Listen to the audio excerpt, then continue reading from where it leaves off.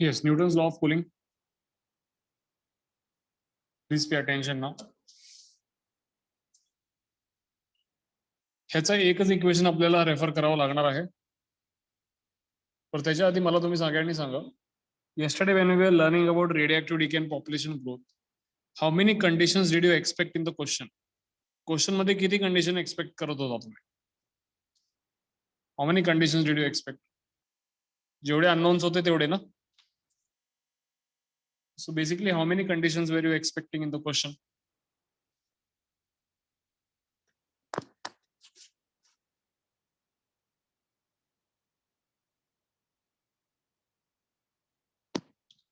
दोन अननोन्स होते ए आणि के.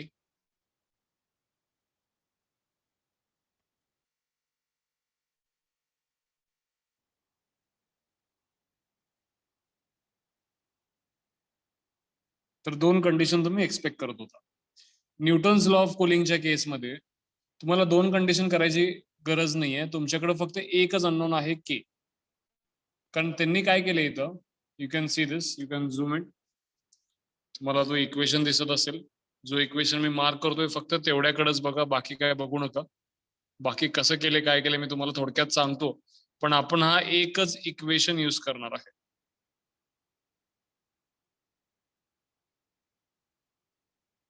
For Newton's law of cooling, we are going to use this equation.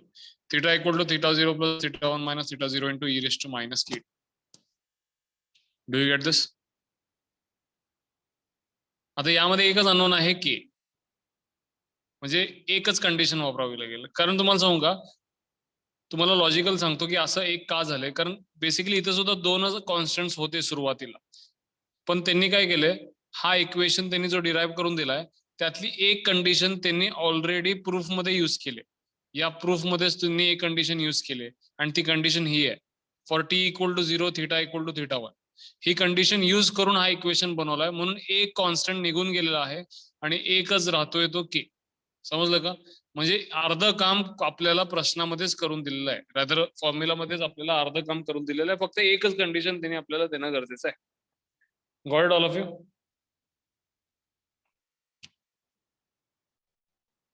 So basically there were two conditions till yesterday, but for today Newton's law of cooling there is going to be only one condition. Why one condition? Because one condition is already used by them.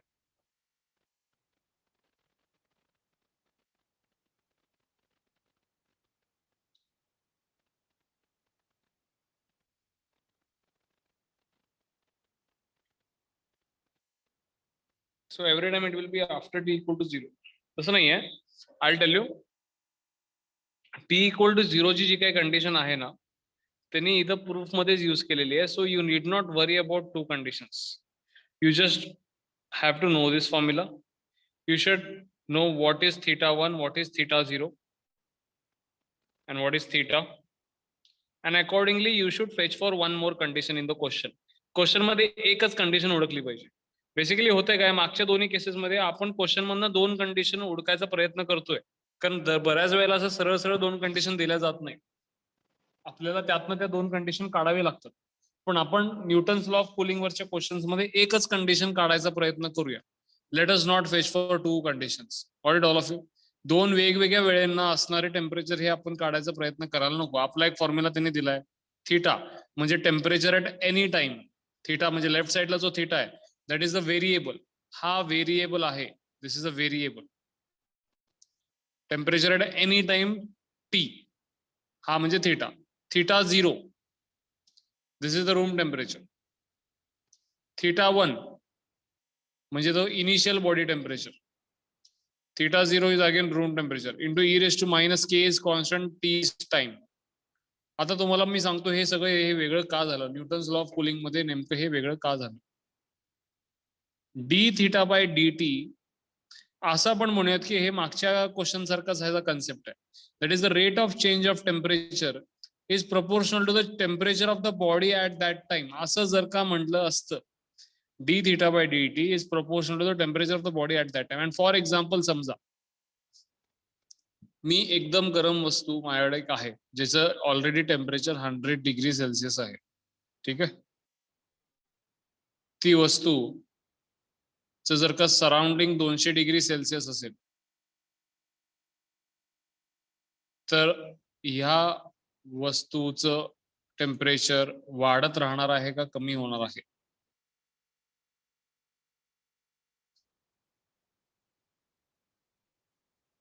Quiet sensible आहे का नाही? वाढणार आहे ना, कारण आजूबाजूला 200 आहे आणि स्वतः 100 आहे म्हणून ते वाढणार. पण आजूबाजूला समजा 0 डिग्री असेल तर, सराउंडिंग टेम्परेचर किंवा रूम टेम्परेचर 0 डिग्री असेल तर काय होणार आहे?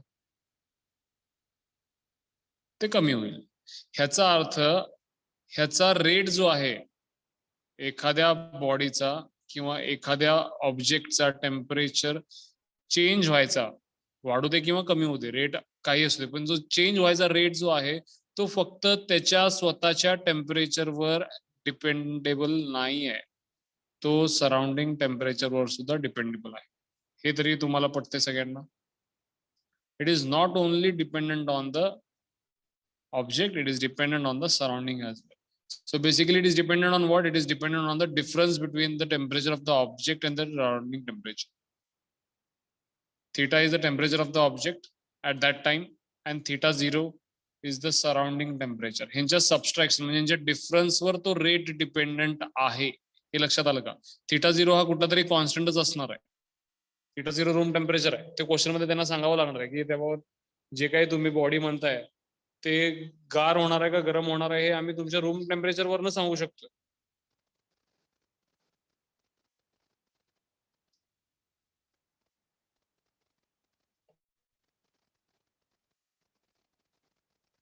समजते का?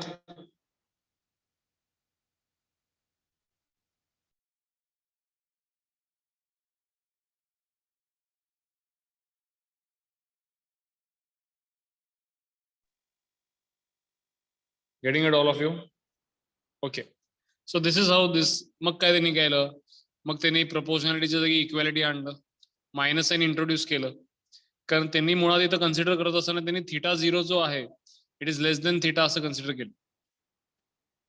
That is surrounding temperature is less than the temperature of body, म्हणून त्याचा रेट निगेटिव्ह होणार आहे. का निगेटिव्ह होईल? कारण जर सराउंडिंग टेम्परेचर हे बॉडीच्या टेम्परेचर पेक्षा कमी असेल तर त्या बॉडीचं टेम्परेचर वेळेबरोबर कमी होत जाणार आहे. Is it logical? Yes or no? The temperature of the body is going on decreasing if the surrounding temperature is less than the temperature of body, so the rate is going to be negative. So this is why the negative sign has been introduced here.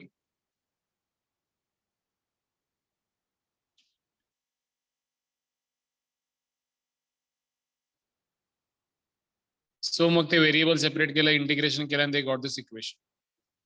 Got it all of you?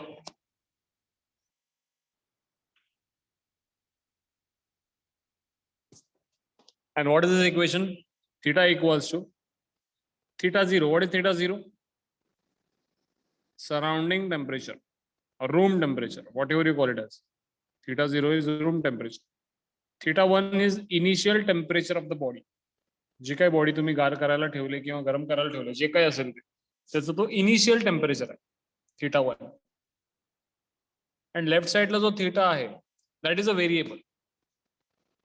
हा जो left साइडला आहे theta, त्याचे वेगवेगळे values असणार आहेत for different values of T. वेगवेगळ्या वेळेला त्याचं वेगवेगळं टेम्परेचर असेल ना. ऑब्वियस आहे का नाही? मला सांगा, 10 वाजता जो टेम्परेचर असेल तो 12 वाजता बदलणार ना 2 तासानंतर. येस, ठीक आहे. So I hope you have understood this. Will use the equation and then we'll solve a question. ठीक है? Water at 100 degrees Celsius. Now how to read the question book? Water at 100 degrees Celsius. Solution lapo to bhi. Water at 100 degrees Celsius cools in 10 minutes. So when we say water at 100 degrees Celsius, this means that the theta 1 is equal to 100. Initial temperature of the body is 100. Yes or no?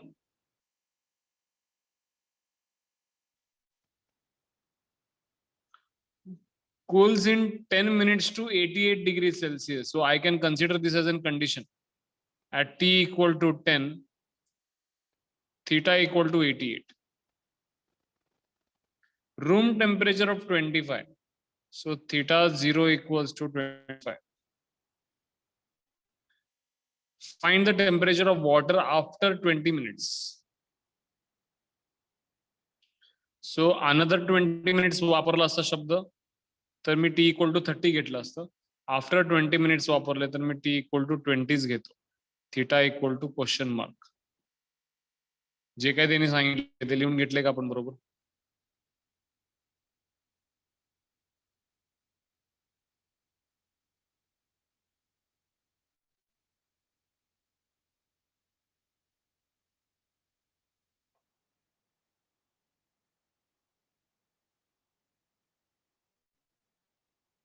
परत एकदा लिहून घेऊया तिथं. Theta 0.25 दिलाय. Initial temperature of the body 100 दिलंय. 10 मिनिटानंतर theta हा 88 दिलाय. 20 मिनिटानंतर थीटा किती हा विचारलाय. बरोबर आहे ना? हाच प्रश्न आहे. ऑल ऑफ यू सिम्प्लिफाय केलाय आपण प्रश्न असंच होईल का? सो थीटा इक्वल टू मी माझं इक्वेशन लिहून घेतो. Theta 0 plus theta 1 minus theta 0 into E raise to minus K T. So theta condition use करूया आपण. एक कंडिशन कशासाठी यूज करायची आहे? Why should we use one condition? Why is it given for which value? For which value will this condition be valid, or it will be helpful to find which value? Tell me.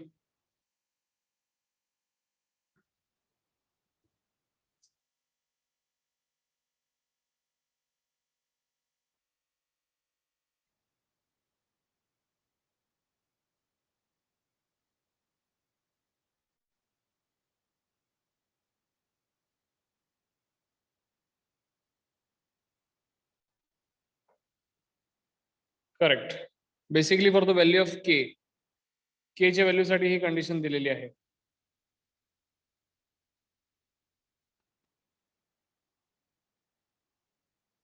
ठीक आहे, चला आपण एक condition वापरूया. पहिला आपलं पहिलं equation लिहून घेऊया नीट. थीटा 0 थीटा 1 टाकून घेऊया. थीटा इक्वल टू थीटा 0 किती 25 प्लस थीटा 1 मायनस थीटा 0 होईल 75 into E raise to minus K T. हा आपला ओरिजिनल इक्वेशन झाला. हा आपला ओरिजिनल इक्वेशन झाला. आता इथं कंडिशन्स वापरायचे. पहिली कंडिशन वापरूया. For theta equal to 88 time is equals to 10. So थीटाच्या जागी मी टाकतो 88 25 plus 75 into E raise to minus 10k. टीच्या जागी 10 टाकतोय बरं का. बरेच जण इथं E raise to minus 10t लिहितात. तिथं परत चुकतोय ते. के आहे तसा टीच्या जागी 10 लिहितोय. So this will be e raised to minus 10k will be 88 minus 25 would be 63. 75 is the divided. Do you want me to find the value of k, or do you want me to wait here?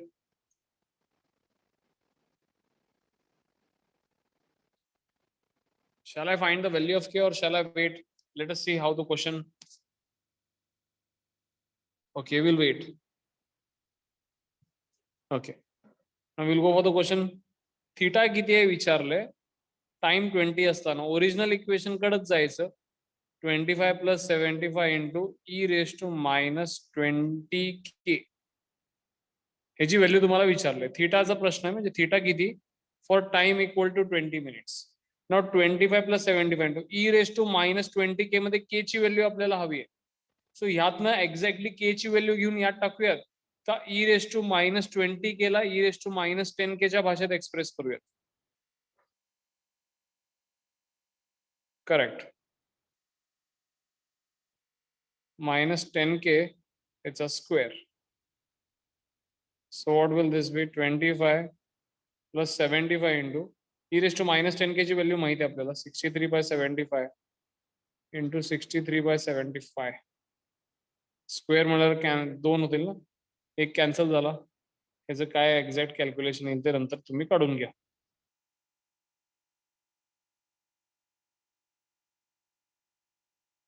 ठीक आहे.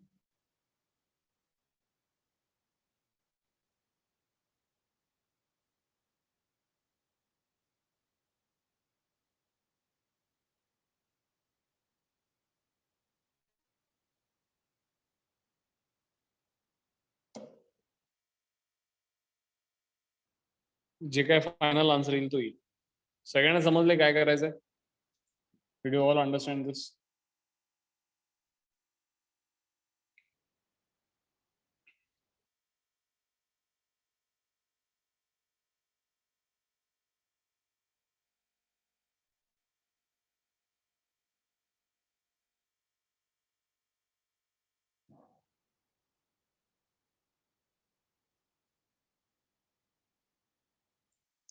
समजले का? त्यांचं answer काय आलंय ते झाले बघ.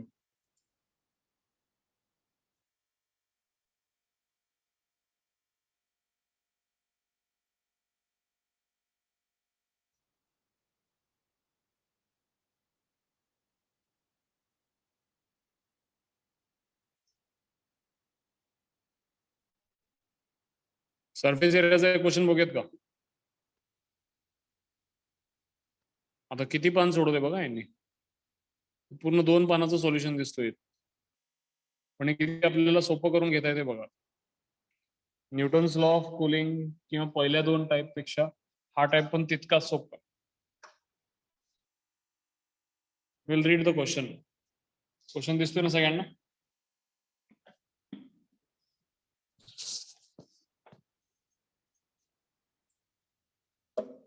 What is being poured into a vessel? Vessel is in the form of inverted right circular cone of semi-vertical angle of 45 degrees Celsius.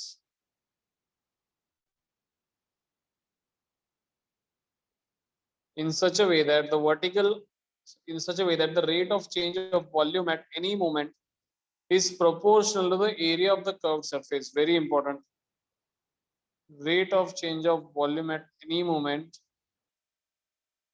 is proportional to the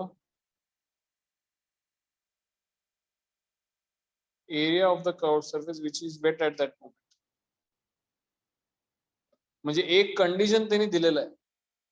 Now let me just give you the story behind the question. जसं मी मागच्या तिन्ही टाइप्सला दिले, जरा तुम्हाला सांगतो, लक्ष देऊन ऐका.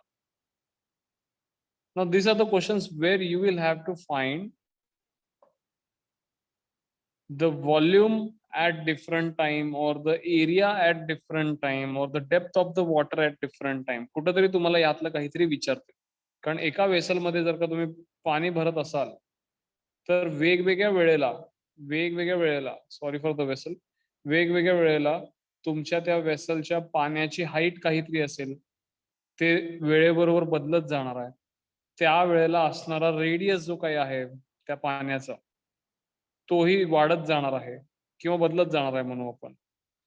त्या वेळेला असणाऱ्या पाण्याचा व्हॉल्यूम सुद्धा टाइम बरोबर चेंज होणार आहे. त्या वेळेला असणाऱ्या पाण्याचा curved surface area, total surface area, ह्या सगळ्या गोष्टी वेळेबरोबर बदलणार आहेत. Do you all agree? Do you all agree? मग यातलं काहीतरी एक प्रश्न त्यांनी तुम्हाला विचारू शकतील की एवढ्या वेळेनंतर असणारा आम्हाला हाईट सांगा, किंवा एवढ्या वेळेनंतर असणारे आम्हाला रेडियस सांगा, एवढ्या वेळेनंतर असणारा आपल्याला व्हॉल्यूम सांगा. सो समवेअर तुम्हाला 2 व्हेरिएबल मधला क्वेश्चन असेल, दॅट इज एक तर टाइम तुमचा फिक्सच असेल, टाइम बरोबर त्यांनी तुम्हाला विचारतील एवढ्या टाइम नंतर, म्हणजे I am using a variable time with an another variable let's say height. एवढ्या वेळेनंतर पाण्याची हाईट किंवा डेप्थ किती असेल हे सांगा. Or I can say after some time or after this certain time tell me how much is the volume, or after certain time tell me how much is the curved surface area. These are all quite possible questions which they can ask you while asking you this type of questions. समजलं सगळ्यांना? So it's quite logical and sensible that जेव्हा तुम्हाला वेगवेगळ्या टाइमला हाईटची value विचारत असतील, तर somewhere you should have a differential equation of dH by dt in the terms of h and t. जेणेकरून you can separate the variables and integrate and get the relation between h and t. Yes or no? Sensible आहे का नाही आहे? मी हे मागचं का सांगतोय, कारण प्रश्न वाचल्यानंतर तुम्हाला कळालं पाहिजे की नेमकं आपण काय काय करावं लागणार आहे या क्वेश्चन मध्ये. If I am asking you, you can see the question here. Show that after 3.5 seconds, from the start, the height of the water will be 16 centimeter. म्हणजे after some time show that the height is this, or basically they are asking you to find the height at 3.5 second. म्हणजे कुठेतरी h आणि t एकमेकाला relate झालेला आहे. So it's your responsibility to get the relation between h and t. And the relation between h and t can only be obtained if you get the differential equation of dh by dt in the terms of h and t. समजते सगळ्यांना? Differential equation तेव्हाच मिळेल जेव्हा dh by dt तुमचा h आणि t च्या भाषेत असेल.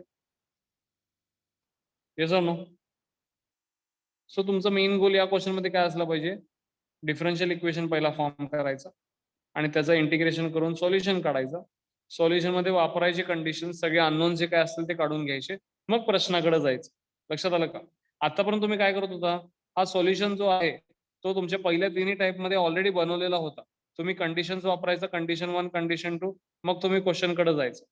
बरोबर? कंडिशन 1, कंडिशन 2 कशासाठी? तुम्ही कॉन्स्टंट्स काढायसाठी करायचं, अननोन्स काढायसाठी करायचं. आणि मग तुमचे अननोन्स तयार झाले की तुम्ही क्वेश्चनला जे काय असेल ते तुम्ही क्वेश्चनला ट्रीट करायचं. तर या केसमध्ये तसं नाहीये, तुम्हाला तुमचं डिफरन्शियल इक्वेशन पहिला बनवावं लागेल रिक्वायर्ड, मग त्याचं बाकी सगळी प्रोसेस सेम. समजलं का सगळ्यांना? आता ह्याने 2 पान सोडवले, जे काय सोडवले ते आपण टोटली इग्नोर करू. आपण आपलं काम करत राहू. आपण एक एक वाक्य लक्ष देऊ नये. व्हॉट इज बिंग पोर, ठीक आहे, कोण आहे, त्या कोनमध्ये पाणी टाकतायत, सेमी व्हर्टिकल अँगल 45 डिग्री आहे, याचा अर्थ तो कोन जो काही आपण घेऊ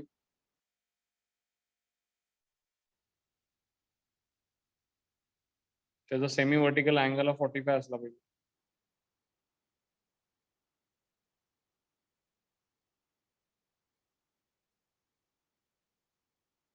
सेमी व्हर्टिकल म्हणजे हा एवढा राईट साईडला निम्मा भाग 45 म्हणजे पूर्ण जो 90 डिग्रीवर हा 45 डिग्री आहे. 45 डिग्री ह्याचं आपण रिडिंग कसं करायचं? 45 डिग्री म्हणजे कुठल्याही क्षणी हाईट आणि रेडियस हे सेम असणार ना. कुठं पण पाणी भरवते 45 कारण हे 90 असणार आहे. This is how you have to read it. हे 45 डिग्री तुम्ही कसं परसिव्ह करायचं हे सांगतोय. 45 म्हणजे at any instant height and radius is going to be same.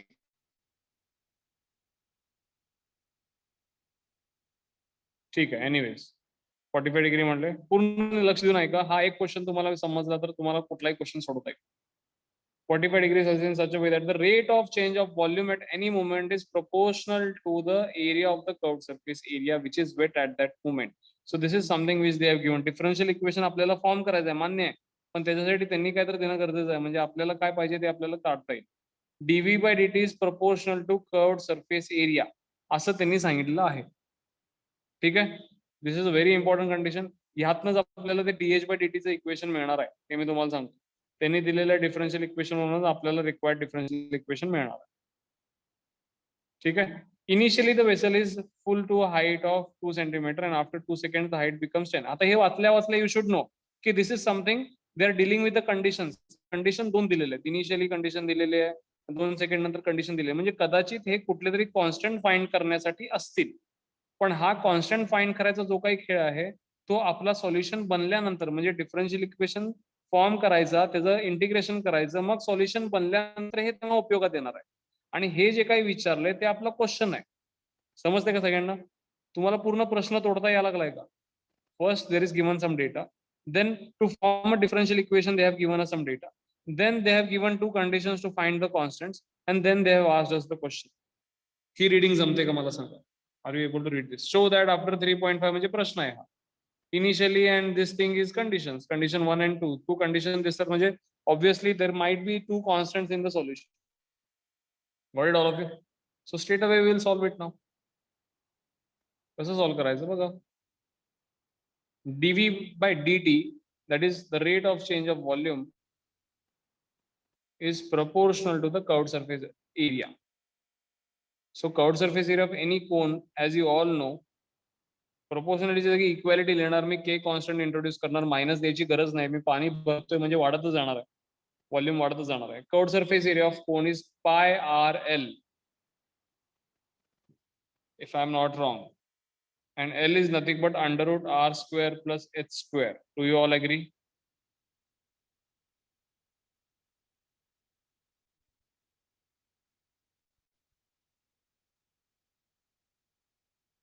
So constant into pi R into under root R square plus H square. And one more thing, 45 डिग्रीचा मी कसा उपयोग करून घ्यायचा म्हणून सांगितलं तुम्हाला. कुठल्याही क्षणी आर आणि एच इक्वल असतील ना, कुठल्याही क्षणी आर आणि एच इक्वल असतील की नाही.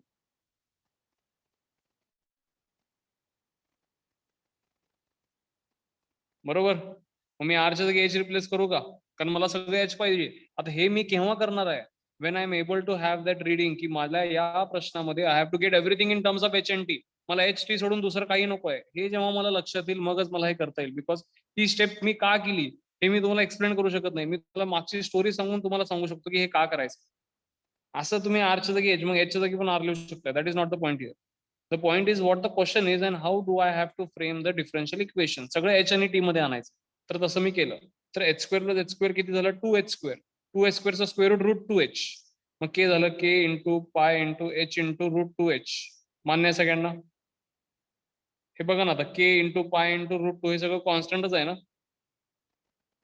ठीक आहे, ते असू द्या आता. K into pi into root 2 into h square. Right side असं केलं का, राईट साईडला काय अडचण आहे का, हे सगळं जे काय केलंय, इज दर एनी डिफिकल्टी. आता व्हॉल्यूम ऑफ कोन तुम्हाला सगळ्यांना माहित आहे 1/3 पाय आर स्क्वेअर एच असतं. Volume of cone is 1/3 pi R square H. Yes or no. So DV by D T, पहिला मला सांगा इथं आर स्क्वेअरच्या जागी मी एच स्क्वेअर लिहू का. Should I write r square as h square, should I write r square as h square. So will this be 1/3 pi H cube. 1/3 pi H cube असेल का. DV by D t काय असेल मला सांगा. With respect to t differentiate करतोय. 1/3 pi तर कॉन्स्टंटच आहे. एच क्यूबचा derivative with respect to t 3h square d h by D t. Do you all agree. D v by D t काय असेल 3h square d h by D t. लक्षात येते का. माझे मोटिव्ह लक्षात येतात ना, मी का करतोय आर ला एच ला रिप्लेस केला आणि डीव्ही बाय डी ला मी डीएच बाय डीटीच्या टर्म्स मध्ये का लिहितोय. कारण मला डीव्ही बाय डी नको येतं. मला तिची जी काही व्हॅल्यू आले 3 कॅन्सल होईल. काय आले डीव्ही बाय डी ची value pi h square d h by D t. तेच मी शेवट परत कंटिन्यू केली. Pi h square d h by D t. पायला पाय कॅन्सल झाला, एच स्क्वेअर ला एच स्क्वेअर कॅन्सल झाला. सरळ सरळ d h by D t equal to k into root 2 which is some new constant. असं लिहिलं तर चालेल. मला जे पाहिजे होतं ते झालंय का. ठीक आहे, एच कॅन्सल होऊ दे, काय वाईट वाटायचं कारण नाही. पण एच आणि टी सोडून दुसरं तरी काय नाहीये ना तिथं. एच आणि टी सोडून दुसरं काही आहे का. मग तुम्हाला जे पाहिजे होतं ते मिळालं का. दोन बाजू फक्त सोडवल्यावर तुम्हाला जे पाहिजे होतं ते मिळालं. मग DH equal to C D T. D T तिथं पाठवा, दोन्हीकडे इंटिग्रेशन करा. हे तर तुमच्या लेफ्ट एकदम सिंपल काम आहे. डीएच इंटिग्रेशन एच, डीटीच इंटिग्रेशन टी प्लस कॉन्स्टंटला ए म्हणा. H equal to c t plus a. किती अननोन्स आहेत या इक्वेशन मध्ये. एच आणि टीच्या इक्वेशन मध्ये किती अननोन्स आहेत बघा. आपण आधीच क्वेश्चन वाचल्यावर सगळं हे पहिलं ट्रेस केलं होतं. माइट बी दोन कॉन्स्टंट्स येतील, दोन अननोन्स येतील. त्या दोन अननोन्सची व्हॅल्यू काढायला किती कंडिशन लागणार आहे तुम्हाला.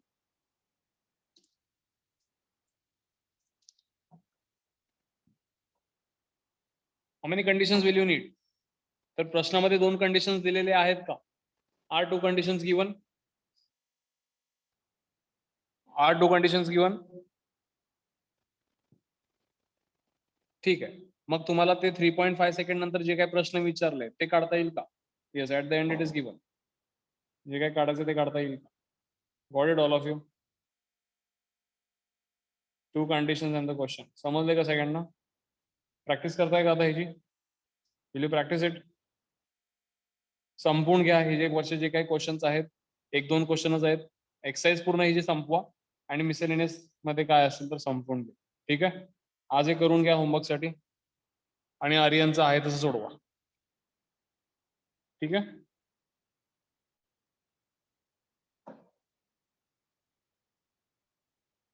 हे कम्प्लीट करा एक्सरसाइज आणि आर्यनचं सोडवा. I will see you tomorrow. Okay. Next lesson नाही, आपण ह्याच्यातनं करायचं, मॉड्यूल मधनं करायचं उद्यापासून.